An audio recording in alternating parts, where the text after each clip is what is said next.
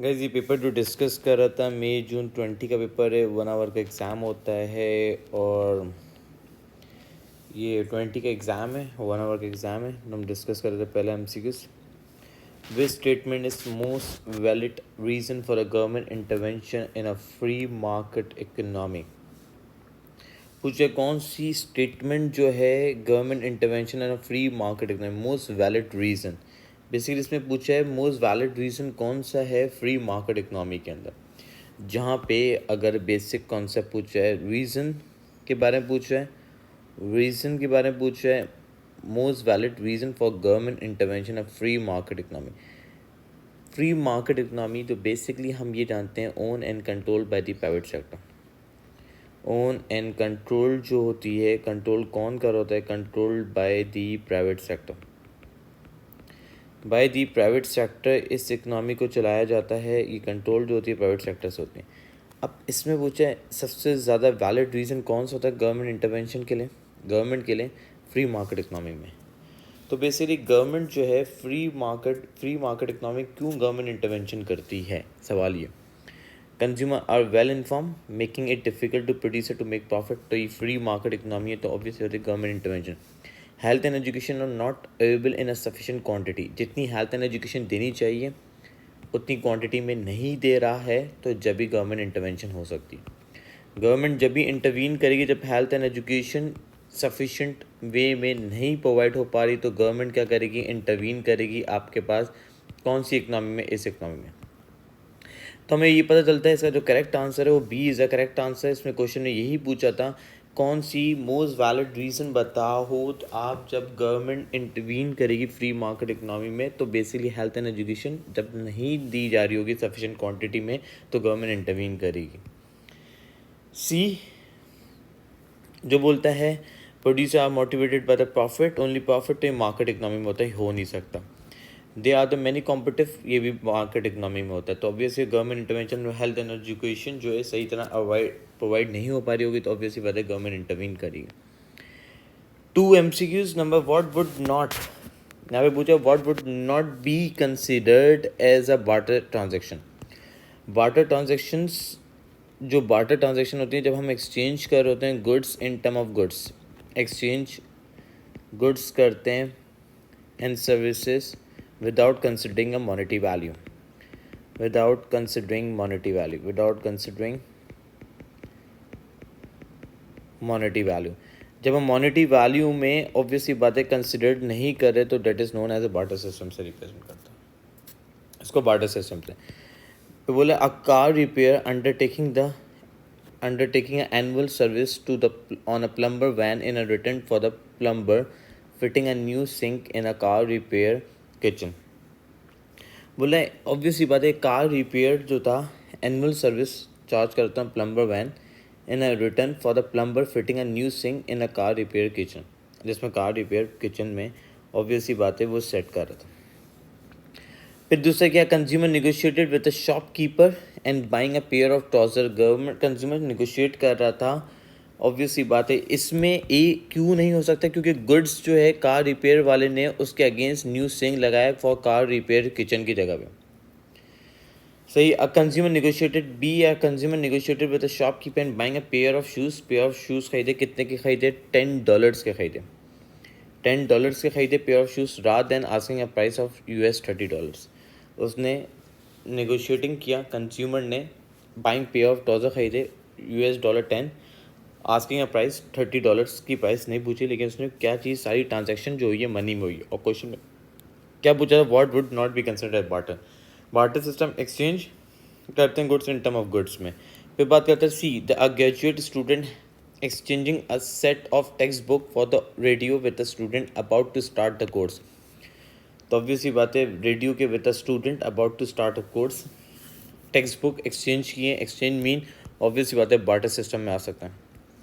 A train company allowing a phone company to advertise on its train in return for the right of advertise करने के लिए on a phone company website, phone company की website पर advertisement करना। तो इसका better answer क्या है guys, B is a correct answer. Negotiate कर रहे हैं शॉपकीपर से पेयर ऑफ ट्राउजर्स जो कि इन रुपीज़ में मॉनेटरी वैल्यू में। Third, a factory introduce an automated production line to take the advantage of division of labour. Division of labour उसको कहते हैं जब आप कोई भी चीज़ में स्पेशलाइज होते हो, जब आप प्रोडक्शन कर रहे होते हो तो आप उस कोई भी स्पेसिफिक चीज़ में क्या होता है, स्पेशलाइज होते हो, डेट इज़ नोन एज, जिसको हम कहते हैं डिवीजन ऑफ लेबर से रिप्रेजेंट करते हैं। स्पेशलाइजेशन जो वर्ड आता है वो डिवीजन ऑफ लेबर से वर्ड आता है। अ फैक्ट्री बेसिकली बोलता है factory introduce automated production. Automated मतलब ऑब्वियस सी बात है जो कि सारी चीज़ें टेक्नोलॉजी के ऊपर प्रोडक्शन लेके आए, इनोवेशंस के वजह लाइक टेक एडवांटेज, जिसकी वजह से एडवांटेज मिल रहा है डिवीजन ऑफ लेबर। उसकी जब ऑटोमेटेड प्रोडक्शन की तरफ चले जाएगा तो ऑब्वियस सी बात है इससे क्या है, एवरेज कॉस्ट ऑफ प्रोडक्शन बढ़ जाएगी? नहीं, एवरेज कॉस्ट तो कम होनी चाहिए। एवरेज कॉस्ट, एक प्रोडक्ट की कॉस्ट क्या होगी, कम होगी। Job satisfaction of workers increase होगी, वर्कर की जॉब सेटिस्फैक्शन में भी इंक्रीज भी हो सकती है, डिक्रीज भी हो सकती है। Range of scale of each worker increase हो सकते हैं, हाँ हो सकते हैं, ये भी अच्छा है। लेकिन वर्कर प्रोडक्टिविटी, अगर वर्कर की प्रोडक्टिविटी क्या होगी, वर्कर ज़्यादा, एक लेबर वर्कर प्रोडक्टिविटी कैसे, मैंने बात की, एक लेबर जो है, लेबर प्रोडक्टिविटी बोलूँ क्या, वर्कर प्रोडक्टिविटी, तो लेबर प्रोडक्टिविटी वर्कर प्रोडक्टिविटी का फॉर्मूला क्या है, total output divide by number of workers. अगर मैंने बात की एक वर्कर जो था वो ज़्यादा आउटपुट प्रोड्यूस करके दिया था और आपने कम लेबर में ज़्यादा, कम वर्कर्स थे और ज़्यादा आउटपुट प्रोड्यूस करके दिया था, तो डिवीजन ऑफ लेबर जब स्पेशलाइज हो जाएगा तो वर्कर वो ज़्यादा आउटपुट प्रोड्यूस करके देगा। तो D is a correct answer. फिर दोबारा बात करते हैं what is normative statement. Normative statement जो कहा जाता है जिसमें हम कहते हैं, जिसमें हम ओपिनियंस की बात करते हैं। नॉर्मेटिव मीन जब आप ओपिनियन की बात कर रहे हो तो normative is like a opinion से हम रिप्रेजेंट करते हैं। नॉर्मेटिव स्टेटमेंट जो कहा जाता है ओपिनियंस, वैल्यू जजमेंट की बात करते हैं। नॉर्मेटिव जो कहा जाता है ओपिनियंस दे रहे होते हैं और हम वैल्यू जजमेंट की बात कर रहे होते हैं। Which statement is normative? A minimum wage is the correct government policy to increase the income of the lowest paid workers. Is the correct increase? ये obvious सी बात है, मिनिमम वेज देना, ये ऑब्वियस सी बात है, मिनिमम वेज एक देना is the correct government policy. ज़रूरी नहीं है minimum wage to increase the income of lowest paid worker. खाली मिनिमम वेज नहीं होती जिसके ये ओपिनियन दे रहा है, ये ओपिनियन अपना दे रहा है, कहता है भाई एक मिनिमम वेज एक करेक्ट पॉलिसी है जिस पे वर्कर की वेजेस बढ़ सकते हैं। तो हम ये भी बोल सकते हैं, बी पढ़ लेते हैं, अ मिनिमम वेज, यहाँ पे बोला minimum wage is the lowest amount that a employ will legally pay the worker. Minimum wage is the lowest amount, lowest amount है, one of the lowest amount consider करें जो कि employer जो है legally pay the worker, legally can legally pay the workers, यही एक amount है। तो उसने तो ये फैक्ट बोलते हुए यही एक तरीका है जिसकी वजह से एम्प्लॉयर जो लीगली पे कर सकता है अपने वर्कर को मिनिमम वेज देने से। फिर बोलते हैं पाकिस्तान में मिनिमम वेज कितनी है, 15,000 रुपये Pakistan rupees per month was set 2016 तक, 15,000 रुपये मिनिमम वेज दे रहा है। Setting the minimum wage rate above the equilibrium will result in excess supply. Will कब आते हैं, विल होगा, इंक्रीज होगा, तो ये पॉजिटिव स्टेटमेंट है, सही है। मिनिमम वेज और 15,000 Pakistan rupees per month was set on the, तो ये सेट कर दिए, तो ये भी पॉजिटिव में आ गया। Minimum wage is the lowest amount data employer can legally पे, लीगली का मतलब ऑब्वियसली पता है एम्प्लॉयर जो पे कर सकता है, इसके अलावा पे नहीं कर सकता, ऑब्वियस ही बात है। Minimum wage is a correct government policy to increase the income of the lowest paid worker. ये बोला ये करेक्ट पॉलिसी है, ये ओपिनियन दे रहा है अपना। तो गाइस हमारे पास जो आंसर है वो ए इज़ अ करेक्ट आंसर है। नेक्स्ट एमसीक्यूज जो है यहाँ पे आइडेंटिफाई कर रहा है, यहाँ पे बोल रहे हैं in a diagram D is the demand curve for an agriculture commodity. यहाँ पे D is the demand curve किसकी बात कर रहा है, फॉर एग्रीकल्चर कमोडिटी की बात कर रहा है, for an agriculture commodity, and S1 is the initial supply curve. A good harvest cause the supply curve to shift S2। अच्छा हार्वेस्ट हुआ था जिसकी वजह से सप्लाई कर्व जो शिफ्ट हो गई थी पॉइंट S1 से S2 पे आ गई थी, सप्लाई शिफ्ट हो गई। अब क्वेश्चन क्या पूछा है, अगर यहाँ पे question by how much will demand curve have to be shift, कितने से डिमांड कर्व शिफ्ट होने to leave farm income unchange. बोलते हैं कितने से इनकम चेंज होनी चाहिए, ऑब्वियस सी बात है कितने से डिमांड कर्व जो शिफ्ट होनी चाहिए। तो ऑब्वियस सी बात है अगर हम ये बात करें बेसिकली यहाँ पे ये आइडेंटिफाई करता हूँ, अगर हम बात कर सकते हैं ये 2 टाइम्स जो बात कर रहा है हमें क्वेश्चन जो पूछा डिमांड कैसे इंक्रीज़ होंगी, तो ऑब्वियस सी बात है सप्लाई मेरे पास क्या हो रही थी, बढ़ रही थी। अगर ऑब्वियस सी बात है मेरी अगर डिमांड मेरी बढ़ती है, डिमांड इस लाइक दिस D1 पे जाती है, तो इट्स मीन लाइक मेरे पास जो है इसमें जो है क्या मेरे पास कितने से मेरे पास इंक्रीज़ हो रही है, इट्स लाइक अ 5 और 4, तो इट्स लाइक अ 1000 से मैं इंक्रीज़, क्योंकि एट प्राइस टू मेरे पास अगर मैंने बात की डिमांड शिफ्ट होती है, तो ऑब्वियसली बात है हाउ मच कैन ऐसा ये इंक्रीज, तो 500 ऑफ ऑल द प्राइसेस 500 नहीं हो सकती।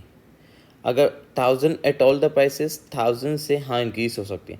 2000 ऑल द प्राइसेस, तो ऑल डिस्टेंस जो है 2000 से नहीं आ 1000 4000, तो डबल से प्राइसेस नहीं बढ़ सकती एट ऑल द प्राइसेस में नहीं है। तो हर प्राइसेस में 1000 से इंक्रीज़ हो रही है। हर प्राइसेस में अगर देखा जाए ये प्राइसेस कितने की है, मैंने बात की 321, तो हर सब्सक्रिप्शन ईयर जो था वो कितने से इंक्रीज़ होता है, यहाँ पे ये आइडेंटिफाई हर सब्सक्रिप्शन ईयर 1000 से इंक्रीज़ होता। तो हमारे पास जब भी हमने बात की डिमांड जब बढ़ रही थी, इससे ऑल द सब्सक्रिप्शन का ऑब्वियस ही बात है 1000 से इंक्रीज़ हो रही है, 1000 से चेंज हो रहा है, तो इसका मतलब करेक्ट आंसर क्या है, B is a correct answer, क्योंकि the supply curve has been change. अगर हमारे पास नया सप्लाई कर्व जो बन रहा है वो पॉइंट ये, तो डिमांड इतने से बढ़ेगी, तो ऑब्वियसली बेटा ये डिस्टेंस मैं शो कर रहा हूँ। यहाँ पे देखा जाए तो मेरे पास जो सप्लाई जो शिफ्ट हुई है S2 पे गई है, तो ऑब्वियसली बात है डिमांड कर्व जब भी मैंने ये ड्रॉ किया इधर इस पॉइंट पे, तो ऑब्वियसली बात है यहाँ पे पहले ये था पॉइंट और इससे यहाँ पे आइए तो 1000 से सब्सक्रिप्शन ईयर से इंक्रीज हो रही है प्राइसेस। नेक्स्ट जो क्वेश्चन है गाइस यहाँ पे ये आइडेंटिफाई किया, ऑब्वियसली बात है 1000 से मेरे पास क्या हुई थी, प्राइसेस क्या हुई थी, इंक्रीज हुई थी। वहाँ पे 1000 से प्राइसेस इंक्रीज होती हैं। अब आप manufacture progressively reduce the price of its product, obviously manufacture ने प्राइसेस क्या किए, रिड्यूस किया ऑफ इट्स प्रोडक्ट की। The table show the outcome of this policy, total revenue क्या था, सबका सेम था। तो इट्स लाइक ए यूनिटी, अगर यूनिटी का कर्व ऐसे ही बनता है, अगर मैं यूनिटी का कर्व बनाऊँ, यहाँ पे प्राइस लिखता हूँ, यहाँ पे दो एक्सेस ड्रॉ किए मैंने, ये एक एक्सेस ड्रॉ किया, ये एक एक्सेस ड्रॉ किया।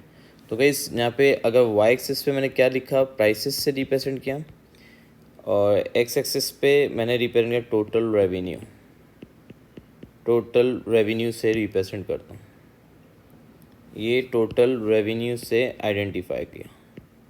तो मेरे प्राइसेस जो थी वो कितनी थी, पहले 10 थी, सही बेटा, ऑब्वियस सी बात है प्राइस 10 थी, प्राइसेस क्वांटिटी में कोई चेंज नहीं होता, क्वांटिटी अनअफेक्टेड। प्राइसेस बढ़ी मेरे पास, प्राइसेस हुई 10 हुई है, 9 हो गई, प्राइसेस क्या होगी मेरे पास कम हो रही थी। अगर मैं ऊपर से चलूँगा इस यहाँ पे प्राइसेस मेरे पास क्या हुई थी, कम हुई थी, बेसिकली 8 हो रही थी, 9 हुई थी, 10 हुई थी, लेकिन मेरा रेवेन्यू जो था वो कभी भी चेंज नहीं होता। रेवेन्यू में जो चेंज आता है 750 से चेंज आता। तो बेसिकली 750 से मेरे पास क्या होता है, चेंज हो रहा था, क्योंकि मेरे पास यहाँ पे ये आइडेंटिफाई करता है क्वांटिटी प्राइसेस जितनी बढ़ जाए हैं लेकिन क्वांटिटी डिमांड अनअफेक्टेड है, तो रेवेन्यू में सेम प्रोपोर्शनेट से चेंज आने को बोलते हैं, यूनिटी का कॉन्सेप्ट बोलते हैं।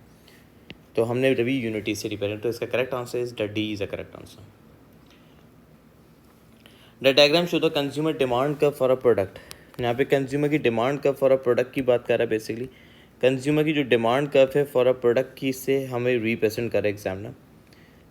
अगर हम ये बात करेंगे इस यहाँ पे, अगर कंज्यूमर की demand for a product, how does the consumer surplus change. Basically consumer surplus की डेफिनेशन है, consumer surplus is a difference between the amount which you are willing to pay and the amount which you actually pay. जितना आपका willingness का जो difference होता है, willingness जितनी थी और जितनी आपने एक्चुअल में पे किया है, उसका जो डिफरेंस है उसको कहते हैं कंज्यूमर सरप्लस कहते हैं। यहाँ पे जो विलिंगनेस और एक्चुअल का जो डिफरेंस होता है, उस वैल्यू को जो हम आइडेंटिफाई करते हैं उसको कहते हैं कंज्यूमर सरप्लस से रिप्रेजेंट करते हैं। अगर भाई 25 से मेरे पास प्राइसेस क्या होती जा रही थी, कम होती जा रही थी, तो प्राइसेस 25 से कम हो गई, 25 से का मतलब ऑब्वियसली बात है 10 पे आई, ऑब्वियसली बात है यहाँ पे प्राइसेस 25 से इतनी 5 से भी कम हो गई, 20 पे हुई तो प्राइसेस हो गई 5 से, 15 से मैंने बात की, ऑब्वियसली बात है यहाँ पे 10 से आ गई, 10 से ये, 5 से ये। तो गाइस अब सवाल क्या पूछा है, as the price of a product rises, अगर प्रोडक्ट की प्राइसेस क्या होती जा रही हैं, बढ़ती जा रही हैं। अगर मैं इसको मिटाता हूँ, प्रोडक्ट की प्राइसेस बढ़ रही हैं, प्रोडक्ट की प्राइसेस 5 से 10 हुई हैं, 5 से 10 हुई, जब 5 पे थी तो ऑब्वियसली बात है क्वांटिटी कितनी प्रोड्यूस कर रहा था, इतनी क्वांटिटी प्रोड्यूस कर रहा था। 5 से 10 हुई है प्राइसेस में, जब 10 से ऑब्वियसली बात है 5 से 10 हुई है, तो मेरे पास कंज्यूमर सरप्लस जो है वो क्या हो रहा है मेरे पास, मैं ये आइडेंटिफाई कर सकता हूँ जैसे जैसे प्राइसेस बढ़ती जा रही थी, जैसे जैसे मेरे पास प्राइसेस क्या होती जा रही थी, इंक्रीज़ होती जा रही थी, प्राइसेस ऑब्वियसली बात है इंक्रीज़ हो रही थी, तो मेरे पास यहाँ पे आइडेंटिफाई कर सकता हूँ change of the product prices, जब प्रोडक्ट की प्राइसेस जब बढ़ रही थी, तो अब क्वेश्चन में how does it fall constant rate same rate at each 5 से कम फॉल हो रहा है नहीं, जब मेरे पास it fall by the constant by the 5 rise, it fall by the decreasing amount with the each 5 rise, जब 5 बढ़ता जा रहा था, 5 से प्राइसेस जब बढ़ती जा रही थी, तो ऑब्वियसली बात है consumer surplus it fall decreasing amount, 5 से कम नहीं हो रही थी, डिक्रीजिंग अमाउंट से कम हो रही थी, अमाउंट हमें नहीं पता, जैसे जैसे प्राइसेस क्या होती जाती है बढ़ती जाती है, और डिक्रीजिंग अमाउंट से कंज्यूमर सरप्लस क्या होता जाता, कम होता जाता। पहले कंज्यूमर सरप्लस का एरिया ये पूरा एरिया था जो येलो से मार्क कर रहा हूँ, फिर कंज्यूमर सरप्लस जब प्राइसेस बढ़ी तो कंज्यूमर सरप्लस क्या हो गया, इतना बचा, जब और प्राइसेस बढ़ी तो मेरे पास कंज्यूमर सरप्लस इतना बचा, तो कंज्यूमर सरप्लस रिड्यूस हो रहा था, डिक्रीजिंग अमाउंट थी, लेकिन 5 से प्राइसेस क्या होती बढ़ रही थी, इट फॉल इंक्रीजिंग नहीं, ऑब्वियसली बात है इंक्रीजिंग, डिक्रीजिंग अमाउंट से कम होता जा रहा था, जैसे जैसे प्राइसेस बढ़ती जाती थी, जैसे जैसे 5 से प्राइसेस इंक्रीज होती जाती थी, डिक्रीजिंग अमाउंट की तरफ जाता कंज्यूमर सरप्लस, क्वांटिटी क्या होती जाती, कम होती जाती, और प्राइसेस इंक्रीज होती जाती, तो मेरा कंज्यूमर सरप्लस कम होता जा रहा था, तो डिक्रीजिंग अमाउंट विद ईच 5, तो सी इज द करेक्ट आंसर। बोला फॉलोइंग द इंट्रोडक्शन ऑफ 10% मैंने बात की, increase charges of car parking city centre, the demand for the bus journey per day in a city Ross by the 800 से 1000 पे आ गया। What is the cross elastic demand with respect of the car parking space की बात कर रहा है, cross elasticity of demand की बात कर रहा है। बेसिकली हमें ये पता है क्रॉस इलास्टिसिटी ऑफ डिमांड का फॉर्मूला जो होता है percentage change in quantity demand upon percentage change in price, ये फॉर्मूला होता है मल्टीप्लाई बाय 100। तो ऑब्वियसली बात है बस जर्नी पर डे एक गुड कहता है increase in the 4 car parking centres जो कि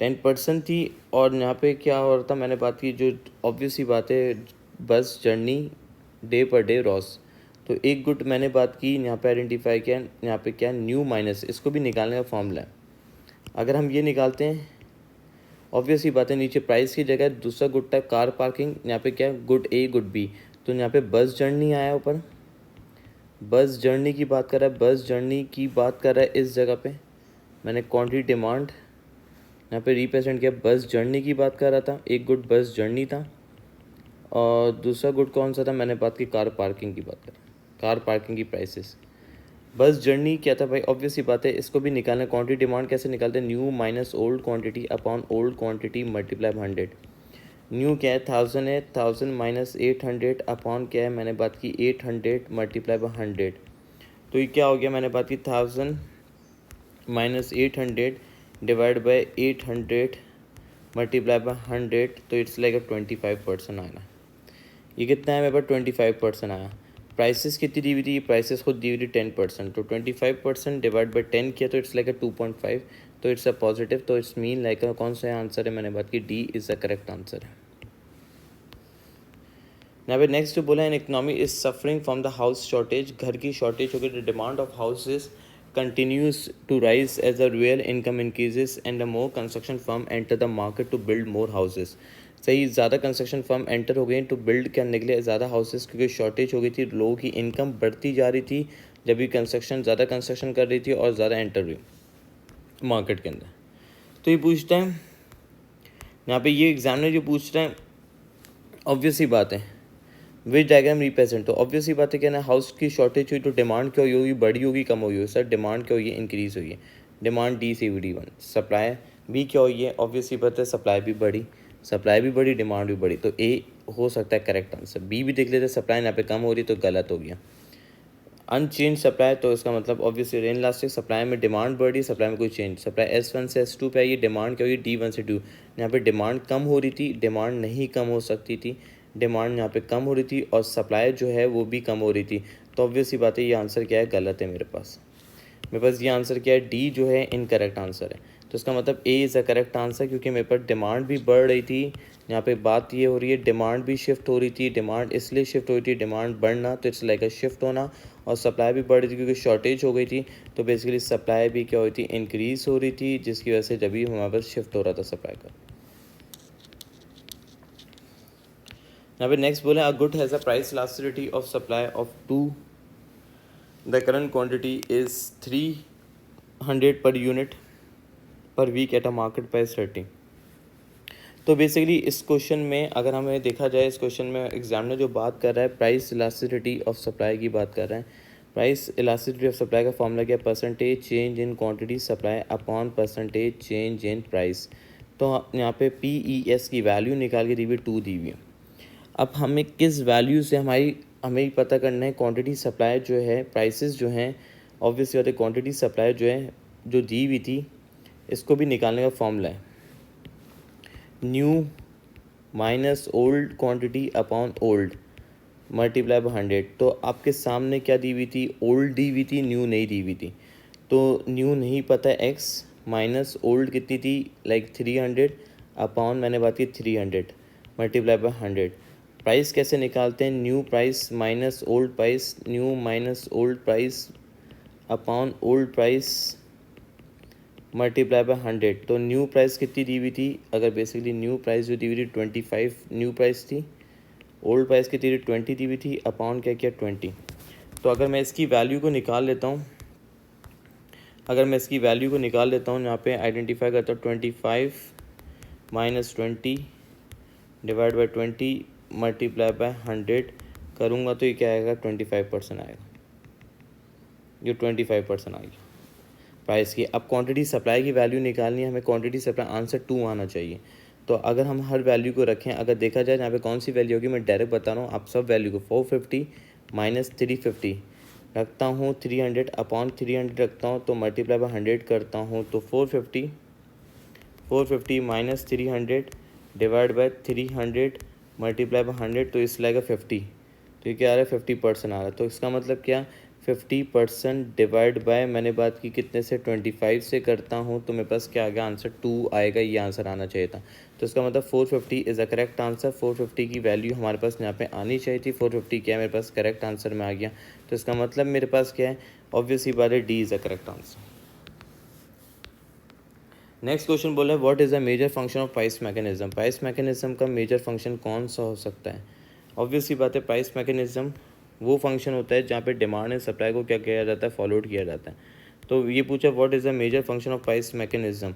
तो अगर देखा जाए प्राइस मैकेनिज्म क्या देता है, रिमूव करता है, प्रोवाइड इंसेंटिव नहीं, प्राइस मैकेनिज्म इंसेंटिव प्रोवाइड नहीं करता, रिमूव शॉर्टेज को ख़त्म नहीं करता, सही है, रिमूव सरप्लस नहीं, signalling change in a market condition of producer consumer. Price rationing जो है सिग्नलिंग फंक्शन कहलाता है, जो कि हमेशा सिग्नल देता है प्रोड्यूसर को कहाँ प्रोड्यूस करना चाहिए और कहाँ प्रोड्यूस नहीं करना चाहिए, प्राइस मैकेनिज्म। और प्राइस मैकेनिज्म में रिमूव शॉर्टेज और प्राइसेस को कम करता नहीं है, remove surplus by creating the prices rise नहीं, शॉर्टेज में प्राइसेस को बढ़ाता है, शॉर्टेज में हमेशा शॉर्टेज होती है तो प्राइसेस को बढ़ा के शॉर्टेज ख़त्म करता है, और सरप्लस होता है तो प्राइसेस कम करके सरप्लस को ख़त्म करता है। नेक्स्ट जो है the diagram show the supply for a product की बात करें, supply for product the government impose a specific tax on a 5 on a product. Government ने क्या कर दिया, स्पेसिफिक टैक्स लगा दिया था, 5 रुपये ऑन अ प्रोडक्ट पे टैक्स इम्पोज कर दिया था। The government impose a specific indirect tax, मैंने बात की $5 on a product. How will the price elasticity of supply of a product changes, कितने से price elasticity of supply of product change हो सकती है। फ्रॉम इलास्टिक ग्रेटर देन 1 होनी चाहिए टू इनलास्टिक। अगर हमें देखा जाए बोला स्पेसिफिक टैक्स लगाएं, अगर स्पेसिफिक टैक्स अगर गवर्नमेंट ने इम्पोज करती है तो हमेशा याद रखना जब स्पेसिफिक टैक्स लगाया जाए तो क्या मैंने बात की the government impose specific tax 5 on a product, her product पे कितना लगाया, 5 लगाया, 5 लगाया है। तो क्या how will the price elastic supply of a product change, price elastic supply of a product कैसे चेंज हो सकती है। पहले ऑब्वियसली बात है ये सप्लाई क्या थी, मैंने बात की जो कि यहाँ पे आइडेंटिफाई कर सकता हूँ, यहाँ पे जो प्रोडक्ट की चेंज हो सकती है गवर्नमेंट ने इम्पोज किया है, ऑब्वियसली टैक्स इनडायरेक्ट टैक्स लगाया $5 on a product, how will the price elastic supply for a change. ये मैंने बात की यहाँ पे आइडेंटिफाई कर डिमांड कर्व अगर ड्रॉ कर देता हूँ आपके सामने, तो ऑब्वियसली बात है यहाँ पे डिमांड कर्व सप्लाई जो है चेंज हो सकती थी। अगर मेरे पास यहाँ पे ये आइडेंटिफाई करूँ, यहाँ पे अगर मैंने ये बात की, गवर्नमेंट ने जो टैक्स लगाया कितने का लगाया, 5 रुपये का लगाया, तो ऑब्वियसली बात है सप्लाई जो है मेरी क्या होगी, कम होगी। सप्लाई मेरे पास क्या हो रही है, कम हो रही है। सप्लाई जो मेरे पास कम हो रही है, और ऑब्वियसली बात है सप्लाई कम हुई तो प्राइसेस में चेंज आएगा। थोड़ा सा प्राइसेस में चेंज आ रहा है, देखो प्राइसेस में थोड़ा सा चेंज आ रहा है, क्वांटिटी डिमांड में इवन ज़्यादा प्रोपोर्शन। अगर इसको करेक्ट डायग्राम बनाऊँ, अगर प्रॉपर तरीके से बनाता हूँ, अगर मेरे पास जो है जो चेंज हो सकती है, अगर मैंने बात की, ये मैंने रिप्रेजेंट किया डिमांड कब ड्रॉ किया, ये मेरे पास क्या रिप्रेजेंट किया, प्राइसेस से रिप्रेजेंट किया। अगर मेरे पास टैक्स लगा है तो सप्लाई में चेंज आएगा। यहाँ पे ये आइडेंटिफाई करता हूँ, अगर मैंने बात की, ये मेरे पास सप्लाई जो है वो क्या हुई, चेंज हुई है, सही है। प्राइसेस में थोड़ा सा चेंज आया, क्वांटिटी सप्लाई में ज़्यादा से चेंज आ रहा है, तो इसका मतलब ऑब्वियसली बात है यूनिटी थी, यूनिटी से फिर इलास्टिक की तरफ जाएगी, तो इसका मतलब करेक्ट आंसर क्या हो गया, D is a correct answer. देखो पहले ये पूछा था the diagram show the supply का for a product the government impose specific indirect tax $5 का फॉर प्रोडक्ट पे लगाया, तो कैसे PES चेंज हो सकता है, इलास्टिसिटी चेंज हो सकती है। पहले क्या होगा, यूनिटी होगा, यूनिटी के बाद इलास्टिक होगा, फिर इनलास्टिक होगा, ऐसे चेंज हो सकती है। तो इलास्टिसिटी ऐसे चेंज होती है। इलास्टिसिटी जो चेंज होती है वो ऐसे चेंज होती थी। तो हमने बात की, जब भी हमने ये कर्व से मैंने आइडेंटिफाई किया, पहले देखो हमेशा ये रखना बेटा, सप्लाई क्या होगी, ऑब्वियस ही बात है यहाँ पे आइडेंटिफाई कर सकते हैं। इनलास्टिक सप्लाई कब बना होता है, इनलास्टिक से इलास्टिक होगा, इलास्टिक से यूनिटी होगा, यूनिटी से क्या होगा, ऑब्वियस ही बात है पहले ऐसे बनता है हमेशा याद रखना। कंडीशंस जो बनती है मैं आपको बता देता हूँ। पहले आपके परफेक्टली इनलास्टिक होता है, फिर इनलास्टिक होता है, फिर आपके पास क्या होता है, इलास्टिक होता है। इलास्टिक होगा, पहले यूनिटी कहते हैं, ये था मैंने बात की, आपके पास इनलास्टिक हुआ, फिर आपके क्या हुआ, यूनिटी हुआ, यूनिटी हुआ, फिर आपका इलास्टिक हुआ, फिर क्या हुआ, परफेक्टली इलास्टिक। ये कंडीशन, सारी कंडीशन देखो हमारे पास चारों कंडीशन मैं आपके सामने लिख देता हूँ। देखो कैसे इलास्टिसिटी चेंज होती है। पहले आपके पास क्या होता, इनलास्टिक होगा, ये इनलास्टिक से रिप्रेजेंट कर सकता हूँ। फिर आपके पास कैसे होगा, मैंने बात की, आपके पास इनलास्टिक होगा, परफेक्टली इनलास्टिक।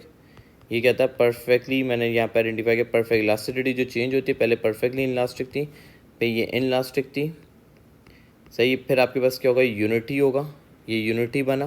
तो जब भी हमने पहले ए डी आंसर क्यों किया, पहले यूनिटी बना, फिर आपके पास क्या बनेगा, इलास्टिक बनेगा, फिर आपके पास परफेक्टली इलास्टिक बनेगा। तो ऑब्वियसली बात है इलास्टिसिटी जो चेंज हो रही है, इन इलास्टिक से यूनिटी हुआ, यूनिटी से क्या हुआ, मैंने बात की, इलास्टिक की तरफ गया।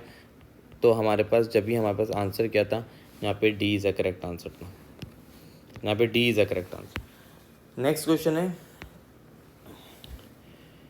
if the market price of a good quantity supply and the quantity demand are the given QD QS, तो बेसिकली फॉर्मूला है QD AC equals to QS, demand and supply equal होता है। तो मैंने बात की QD की वैल्यू क्या थी, 240 थी, माइनस 2P थी, इक्वल्स टू QS की वैल्यू क्या थी, P माइनस 30 मैंने रिप्रेजेंट किया। तो बेसिकली इक्वल्स टू रखा, P की वैल्यू इधर आ गई, तो मेरे पास ये 3P हो गया, 240 से 240 प्लस मैंने बात कर 30 इधर चला गया, तो 3P is equals to 270।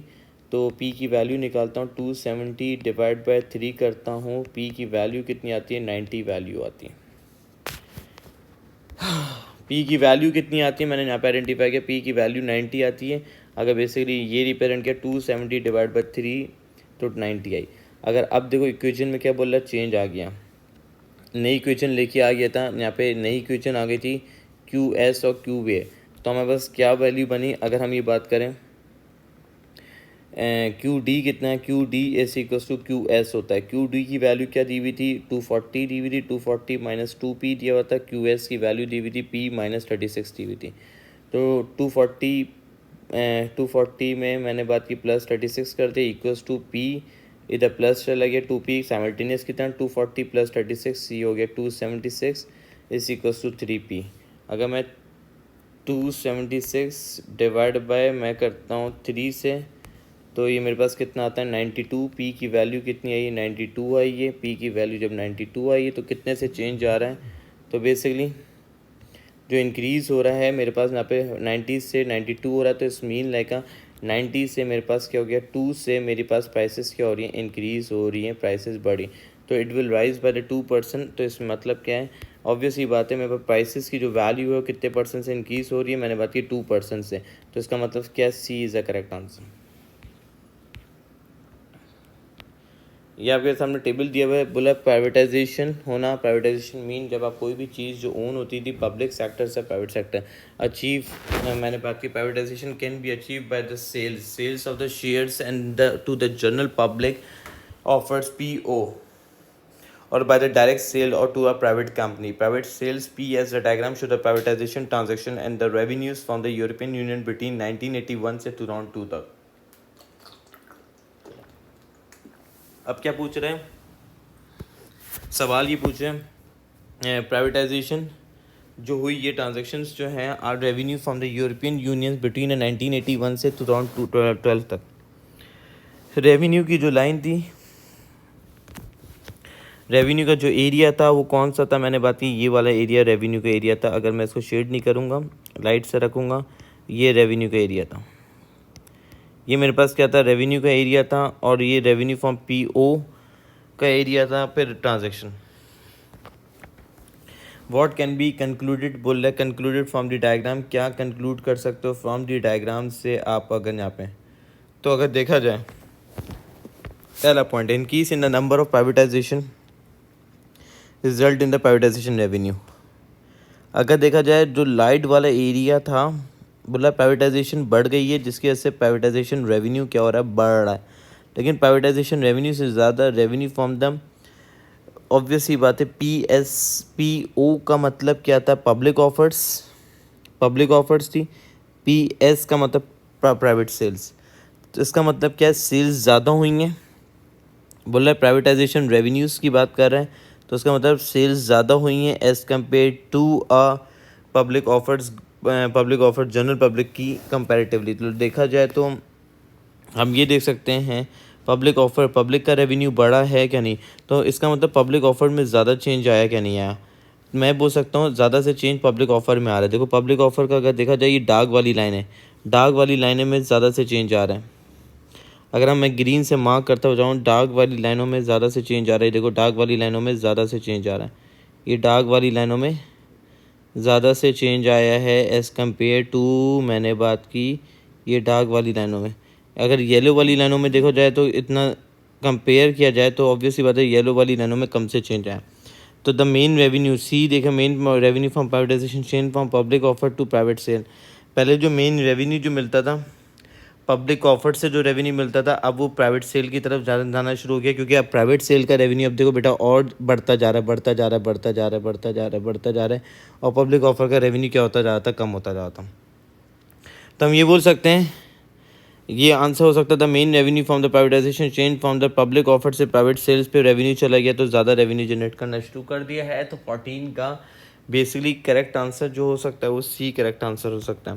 The number of private and revenue rise peak in the same year. तो ये तो रेवेन्यूज़ की बात करें, पीक सेम ईयर में, हर सालों में कह रहे पीक पर है, नहीं ऐसा नहीं हो सकता। नेक्स्ट जो है the diagram show the market demand and supply का फॉर द राइस। 10 प्राइस थी, और ऑब्वियसली बात है मार्केट जो डिमांड एंड सप्लाई जो है वो क्या हो गया, मैंने बात की इंक्रीज़ हो रहे, प्राइसेस क्या हो गई 8 से 10 हो गई prices. What will happen if a government impose a maximum price 10। Government ने मैक्सिमम प्राइस लगा दिए, इस 10 पे गवर्नमेंट ने मैक्सिमम प्राइस लगा दी।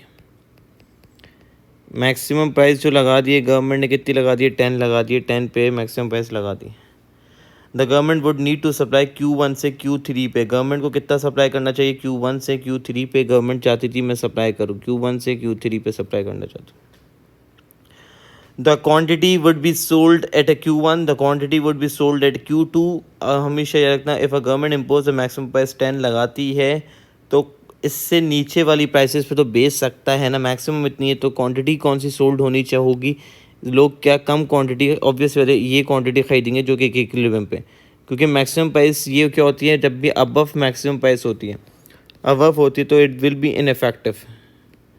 इनफेक्टिव होती है, मैंने बात की हमेशा।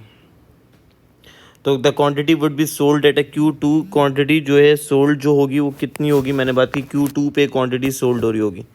यहाँ पे ये आइडेंटिफाई करता है क्वांटिटी जो सोल्ड हो रही है वो कितनी हो रही है, Q2 पे क्वांटिटी क्या हो रही है, सोल्ड हो रही है। तो इसका मतलब मेरे पास क्या आंसर होगा भाई, ऑब्वियस ही बात है सी इज़ द करेक्ट आंसर। जितनी क्वांटिटी बेच सकता हूँ क्वांटिटी इतनी सोल्ड करेगा तो रेवेन्यू मिलेगा। नेक्स्ट एमसीक्यू से बोलते हैं a government decide to replace a private company with a own company to collect house hold waste. Private company से ओन कंपनी से ऑब्वियस ही बात है वेस्ट को। How could such action as be justified. मैंने बात की because the waste collection is a public good. Waste जो कलेक्शन जो कर रहा है वो पब्लिक गुड में आ रहा है, नहीं ये नहीं हो सकता। Cost of waste collection are bound to the low it if a paid out a low taxes. Private company are always less efficient. इसकी वजह से मैंने बात की गवर्नमेंट ने decide to replace a private company with the own company. Private government से private company replace कर रही है प्राइवेट कंपनी को with own company to collect house hold waste. सही, तो ताकि वेस्ट कलेक्ट कर सके गवर्नमेंट अपनी कंपनी में। Private company are always less efficient than a government companies. तो प्राइवेट कंपनीज क्या हमेशा लेस एफिशिएंट होती हैं देन गवर्नमेंट कंपनीज से? नहीं, प्राइवेट कंपनी ज़्यादा एफिशिएंट होती हैं। Private company my put profit before the consumer needs. सही, बिफोर द कंज्यूमर। हाँ, प्राइवेट कंपनी रिप्लेस करेगी तो प्राइवेट कंपनीज क्या होंगी, might put profits before the consumer need. जो कंज्यूमर की जो नीड होगी उस पर प्राइवेट कंपनी प्रॉफिट जनरेट करेगी। अगर गवर्नमेंट अपनी ओन कंपनी से रिप्लेस करती है प्राइवेट कंपनीज से, प्राइवेट कंपनीज आती है तो हमेशा अपने प्रॉफिट पे काम करेगी। Which measure would not be a part, तो D is the correct answer, which measure would not be a part of the government subsidies to protect domestic producer from competition। कौन सी चीज़ जो पार्ट नहीं हो सकती would not be a part of government subsidies, ताकि अपने protect कर सकते foreign competition से। तो गाइस हमेशा एक ना import quotas interest free loan provided by the government. Free loan है, फ्री लोन तो सब्सिडीज है। Reduction profit business taxes, taxes कम कर दे तो एक सब्सिडीज है। ट्रांसफर पेमेंट सब्सिडीज, ये तीनों किस में आते हैं, सब्सिडीज में आ सकते हैं। सही, लेकिन इम्पोर्ट कोटास लिमिटेशन लगा देना, इम्पोर्ट पे लिमिटेशन लगा देना, ये कभी भी पार्ट नहीं हो सकता सब्सिडीज़ का। तो A is the correct answer था। A country railway are currently run by the private firms. Currently का रेलवे जो है वो कौन चला रहा है, प्राइवेट फर्म्स चला रही है। It suggest that a government should nationalise the railway. Government suggest करती है नेशनलाइज कर दे railway. What might be a reason for this, to control the railway control, okay, what might be the reason for this? To control railway, control the price of railway services, to encourage competition, run by the privately जो चल रहा है। तो obvious ही बात है क्या करेगा, मैंने बात की control the price of railway service, to encourage competition, to increase profit incentive, to provide job। बोले a country railway currently by the run by the private firm, it suggests that a government should nationalize। Government अगर loan control करती है, government control करती है, basically government nationalisation का मतलब है government own करती है। मैंने बात की अगर रेलवे सर्विस को तो सबसे पहले क्या करेगी, इसकी कंट्रोल करेगी, क्या करेगी, प्राइसेस। तो A is a better option, क्योंकि A is a better option क्योंकि कंपटीशन इंकरेज करेगी। कंपटीशन प्राइवेट फर्म्स करती हैं, ये प्राइवेट करती हैं। इंकरेज प्रॉफिट तो ये भी प्राइवेट करती है। Provide job to the local people, ये भी प्राइवेट कर रही होती है, जॉब्स क्रिएट करना ये।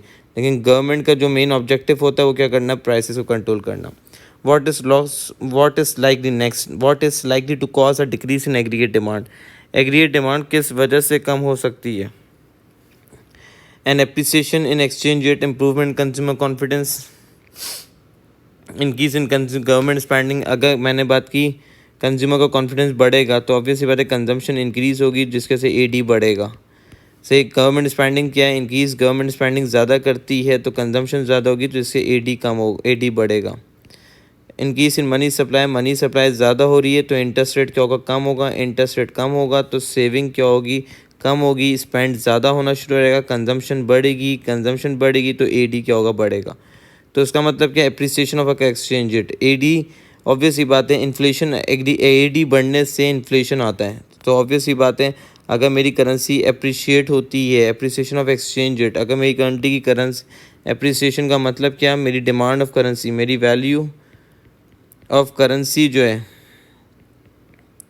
करेंसी बढ़ती है। इसका मतलब मेरी जब अप्रिशिएट होती है, जब अप्रिशिएट होगी, एप्रिसिएशन जब होगी तो इसका मतलब क्या है, एक्सपोर्ट की प्राइसेस क्या हो जाएंगी, बढ़ जाएंगी। एक्सपोर्ट की प्राइसेस जब बढ़ जाएंगी तो एक्सपोर्टेड गुड्स की, इंपोर्ट की प्राइसेस कम हो जाएंगी। इंपोर्ट की प्राइस क्या हो जाएगी, कम हो जाएगी। एक्सपोर्ट की प्राइस बढ़ेगी तो आप एक्सपोर्टेड गुड्स की डिमांड क्या करोगे, डिमांड क्या हो जाएगी, कम हो जाएगी ऑफ एक्सपोर्टेड गुड्स की। एक्सपोर्टेड यहाँ पर आइडेंटिफाई एक्सपोर्टेड गुड्स की डिमांड क्या होगी, कम होगी, जिसकी वजह से मेरा एडी फॉल हो रहा है। एडी जब मेरा फॉल हो रहा है किस वजह से, एप्रिसिएशन ऑफ अ करेंसी, तो A is the correct answer. A country maintain its foreign exchange against the US dollars with a narrow but a changing a band. What which type of the exchange rate? बोलते हैं a country जो है वो क्या कर रहा है, foreign exchange rate against US dollar। कहते हैं country maintain its foreign exchange rate against the US dollar के against within a narrow but the changing band। Obviously बात है क्या कर रहा है, change क्या कर रहा है, band कर रहा है। what type of the change exchange rate, तो ऑब्वियसली बात है against US dollar with a narrow से चेंज आ रहा है, कम से चेंज लेके आ रहा है। सही है, जितने से लाना चाहिए उतने से नहीं लाया, बट चेंजिंग बैंड चेंज भी टाइप होता है। तो मैनेज फ्लोटिंग एक्सचेंज रेट है।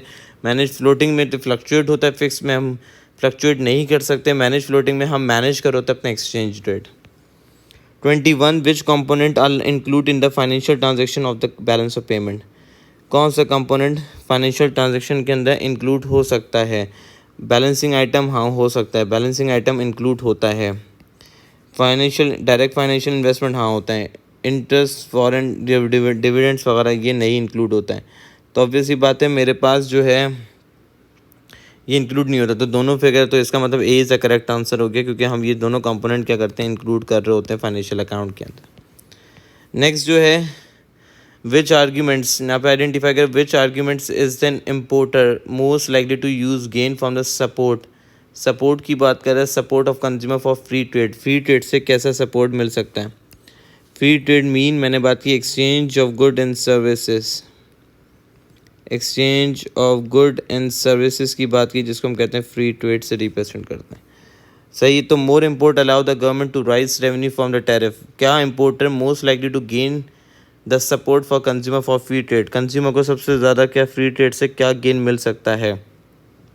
Most import government rise to rise the tax revenue from the tariff. Most import improve the quantity country term of trade.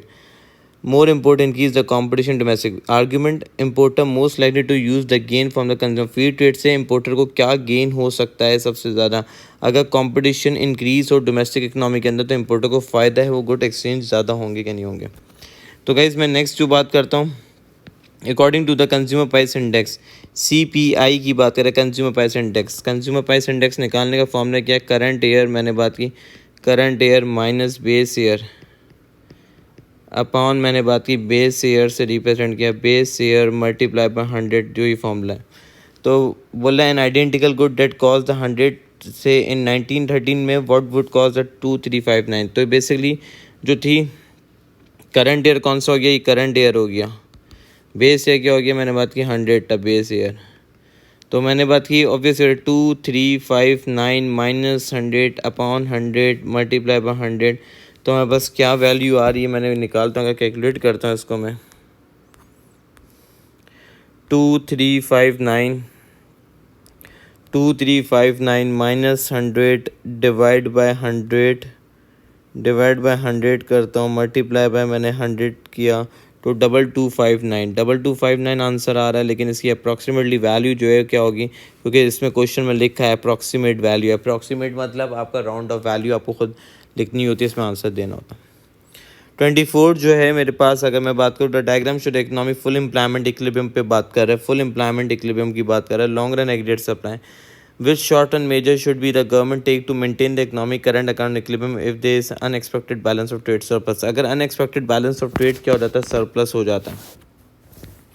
Unexpected क्या हो गया मेरे पास, बैलेंस ऑफ ट्रेड सरप्लस हो गया। Short term measure would be a government, तो obvious ही बात है मैंने इकोनॉमिक करंट अकाउंट निकले there unexpected balance of trade surplus. High government spending on education की वजह से हो सकता है। High direct taxes with the government spending unchanged to create the budget surplus. हाँ, हाई डायरेक्ट टैक्स हो गया, टैक्स से रेवेन्यू आया, government with the government spending unchanged, government spending आपने कुछ नहीं की, जहाँ पे बजट सरप्लस हो सकता है। तो इसका बेस्ट आंसर है B is the best answer consider होता है। बोलते हैं टैक्सेस तुम्हारे ज़्यादा हैं, गवर्नमेंट स्पेंडिंग क्या है, कुछ भी नहीं है, गवर्नमेंट स्पेंडिंग में कोई चेंज नहीं आया। सही है, और बजट क्या होगा, सरप्लस हो जाएगा। सही है, तो high spending infrastructure finance by the budget deficit नहीं, सी नहीं हो सकता। लो इंटरेस्ट रेट कैसे नहीं, एक ही ऐसे नहीं, तो B is the correct answer है बेटा जी, हमारे पास बी क्या है, करेक्ट आंसर है। What does the value of the term of trade have no monetary units. What does the value, value की बात कर रहा है, value, what does the value of a country term of trade have no monetary units, कोई monetary units नहीं term of trade का। Obvious सी बात है, what does the value of a country, मैंने बात की वैल्यू ऑफ कंट्री की बात कर, does have a no monetary units की बात कर रहा है। तो बेसिकली अगर no monetary, it conclude the calculate, it can not be calculate accurately enough, नहीं। डज द वैल्यू, वैल्यू क्या है, it include the more than one currency, नहीं। It is a ratio of two index, हाँ। Term of trade का index, term of trade का formula क्या है, export price index upon import price index, import price index, मैंने बात की index multiply by 100, तो टर्म ऑफ ट्रेड कैलकुलेट होता है, तो C is a better option. 26 the statement, यहाँ पे आइडेंटिफाई करो the statement that follow the relate to a possible gain from the increase the free trade. क्या statement जो है पॉसिबल जो गेन बता सकती है फ्रॉम द फ्री ट्रेड से। यहाँ पे फ्री ट्रेड की बात करें, possible gain, what which gain is the lease certain result in the short run, जो कि लीज गेन हो सकता है इन द शॉर्ट रन के अंदर। यहाँ पे क्या बात कर रहा है, लीज गेन जो हो सकता है किसके अंदर, short run. Or reduction in cost of production, मैंने बात की or reduction in cost of production की वजह से, or rise in number of jobs, सही है। Relate to a increase in a free trade, free trade से अगर कॉस्ट कम होती है तो ऑब्वियस ही बात है आपका फ्री ट्रेड ज़्यादा होगा। अ वाइडर चॉइसेस तो फ्री ट्रेड ज़्यादा होगा। Increase in the level of competition बढ़ता है तो फ्री ट्रेड ज़्यादा होगा। Rise in number of job पे लीज कोई इफेक्ट नहीं आएगा, तो इसका मतलब A B is the correct answer है। If an economy with interest rate 4% interest rate per annum, rate of inflation 5% है, 3% पर एनम, से व्हाट वुड बी बेनिफिट। बोला interest rate 4% per annum, the rate of inflation ये fall by the 5% से 3% हो गया है। तो ऑब्वियस ही बात है, मेरे पास जो if the economy interest rate 4% से माइनस कर दूँ 3% से, तो इस मीन लाइक 1% से आपके पास रियल इंटरेस्ट रेट पे चेंज आया। व्हाट विल बी बेनिफिट, बोला क्या बेनिफिट मिल सकता है आपको, what will benefit two of this fall, fall होने से क्या बेनिफिट मिल सकता है, 1% पे जब आए तो क्या बेनिफिट मिल सकता है। Menu cost will be zero, बेकार है। People on the fix income will benefit better of in a real terms, नहीं। सेवर विल गेन, हाँ सेवर विल गेन हो सकता है, क्योंकि इंटरेस्ट रेट जब कम होगा, इंटरेस्ट रेट जो कम होगा तो सेविंग क्या होगी, ऑब्वियस ही बात है, मैंने बात की saver will gain in saving क्या हो रही होगी, कम हो रही होगी, तो सेवर को स्पेंडिंग ज़्यादा कर रहा होगा तो सेवर विल गेन कर सकता है, क्योंकि जब इंटरेस्ट रेट क्या है आपका, रियल इंटरेस्ट रेट क्या हो रहा है, बेसिकली रियल इंटरेस्ट रेट क्या हो रहा है, बढ़ रहा है एक रियल इंटरेस्ट रेट। तो जब रियल इंटरेस्ट रेट ऑब्वियसली बात इंटरेस्ट रेट में कम होएगा तो सेवर्स जितने भी सेवर्स होंगे उनको फ़ायदा मिल सकता है, क्योंकि सेवर्स को कैसे फ़ायदा मिल सकता है, ऑब्वियसली बात है उनको गेन्स, इसलिए रियल टर्म्स में ज़्यादा गेन मिलेगा। Purchasing power will rise of a currency, पर करेंसी की नहीं बढ़ती, saver will gain better option ये, तो इसका मतलब C is a better option, क्योंकि सेवर विल गेन हो सकता है इन अ रियल टर्म्स में, सेवर को गेन हो सकता है।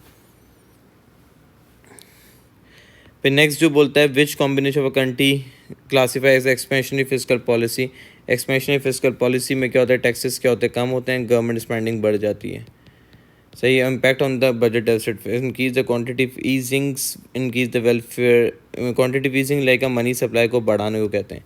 अनचेंज, मैंने बात की आप फिजिकल पॉलिसी यूज़ करते हो, क्वांटिटी इंक्रीज गवर्नमेंट स्पेंडिंग क्या हो रही है, बढ़ रही है आपके सामने देखो, और बजट डेफिसिट क्या हो जाएगा, ऑब्वियसली बात है government spending classify as a fiscal policy, impact of budget deficit है, बजट डेफिसिट क्या हो सकता है भाई, इंक्रीज हो सकता है आपके पास, सही है। तो क्या इम्पैक्ट ऑन बजट डेफिसिट, क्या इम्पैक्ट आ सकता है बजट डेफिसिट, तो इंक्रीज इन गवर्नमेंट स्पेंडिंग जब ज़्यादा होती है तो आपका बजट डेफिसिट क्या होगा, इंक्रीज होगा, तो B is comparatively perfect. Low taxes से बजट डेफिसिट कम हो सकता है, इन लो इंटरेस्ट रेट से भी टैक्सेस, लो इंटरेस्ट रेट से भी आपका बजट डेफिसिट बढ़ सकता है, लेकिन आपके पास बढ़ सकता है, लेकिन आपके पास जो है बजट डेफिसिट रिड्यूस हो सकता है, नहीं बजट डेफिसिट रिड्यूस नहीं होगा, बजट डेफिसिट कम टैक्सेस से तो आपका रेवेन्यू कम जनरेट हो रहा है, तो इसका मतलब बजट डेफिसिट और बढ़ेगा।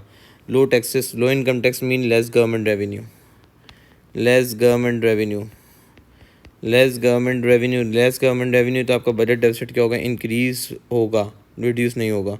लो इंटरेस्ट रेट अनचेंज, तो दोनों ये कनेक्ट नहीं हो रहे, तो B is a correct answer. In 2018, the United States government introduced a tariff लगा दिया। टैरिफ क्या होता है? Tax on imported goods. Tax on imported goods पर टैक्स लगाया, कौन लगाती है? इम्पोर्टेड गुड बाय गवर्नमेंट ने टैक्स लगा दिया था यहाँ पे। Government tax of imported good from China. Which type of the policy is used government adopting? कौन सी पॉलिसी गवर्नमेंट अडॉप्ट करेगी? तो गवर्नमेंट ने टैक्स लगा दिया तो कौन सी पॉलिसी गवर्नमेंट अडॉप्ट करेगी? टैरिफ लगाया तो expenditure switching policy. Basically expenditure switching policy में आता है टैरिफ लगाया जाता है, डी वैल्यू किया जाता है, कोटा लगाया जाता है, एम्बार्गो किया जाता है, डी वैल्यू किया जाता है, डी वैल्यू किया जा सकता है। इसका आंसर टैरिफ भी हो सकता है, कोटा हो सकता है, डी वैल्यू हो सकता है, एम्बार्गो हो सकता है। तो जब भी ये पॉलिसी यूज़ कर रही होती है। तो 29 का आंसर क्या है? B is the correct answer. During a great depression, depression mean recession, depression mean is like a recession, recession आ रहा है। और government believe that a deflation was cause by the collapse in the price of the stock and other asset reducing the level of wealth and confidence. The diagram show the two approach of the two counter deflation. deflation को कैसे counter कर सकते हो? तो guys deflation को counter कैसे कर सकते हो? मैंने बात की विश पॉलिसी। यहाँ पे बोला कौन सी पॉलिसी डिफ्लेशन के लिए पॉलिसी होती है? कौन सी पॉलिसी होती है? एक्सपेंशनरी पॉलिसी को कहते हैं। डिफ्लेशन के लिए कौन सी पॉलिसी यूज़ कर सकते हैं? मैंने बात की ऑब्वियस सी बात है एडी को क्या करना है हमें? ऑब्वियस सी बात है एडी को बढ़ाना है। एडी को बढ़ाना है तो क्या करना है? टैक्सेस क्या करना है? ज़्यादा लगाना है। टैक्सेस को कम करना है। गवर्नमेंट को स्पेंडिंग ज़्यादा करना है। ये फिस्कल पॉलिसी है। सेम मॉनेटरी पॉलिसी में क्या करना है? मैंने बात की इंटरेस्ट रेट को क्या करना है? कम करना है ताकि मनी सप्लाई क्या हो ज़्यादा हो। तो कहाँ पे इंटरेस्ट रेट कम हो रहा है? मेरे पास इंटरेस्ट रेट कम हो रहा है, देखो कम हो रहा है। Decrease in interest rate A part में और डायग्राम नंबर वाई। वाई कौन सी डायग्राम है? ये तो इन ए डी जब भी बढ़ेगा प्राइसेस बढ़ेगी, रियल इनकम बढ़ेगी। तो ए इज़ अ करेक्ट लो इनका A D A is a correct answer है क्योंकि इंटरेस्ट रेट यहाँ पे ही कम हो रहा है। बाकी सब जगह देखो डायग्राम जो है रिड्यूस हो रहा था, टैक्स कम हो रहा था इसमें, लेकिन क्या डायग्राम वाई वाई में तो डायग्राम जो है by reduce corporation tax, direct tax कम होता है। हमेशा कॉर्पोरेशन टैक्स की बात नहीं करते, डायरेक्ट टैक्स की बात करेंगे।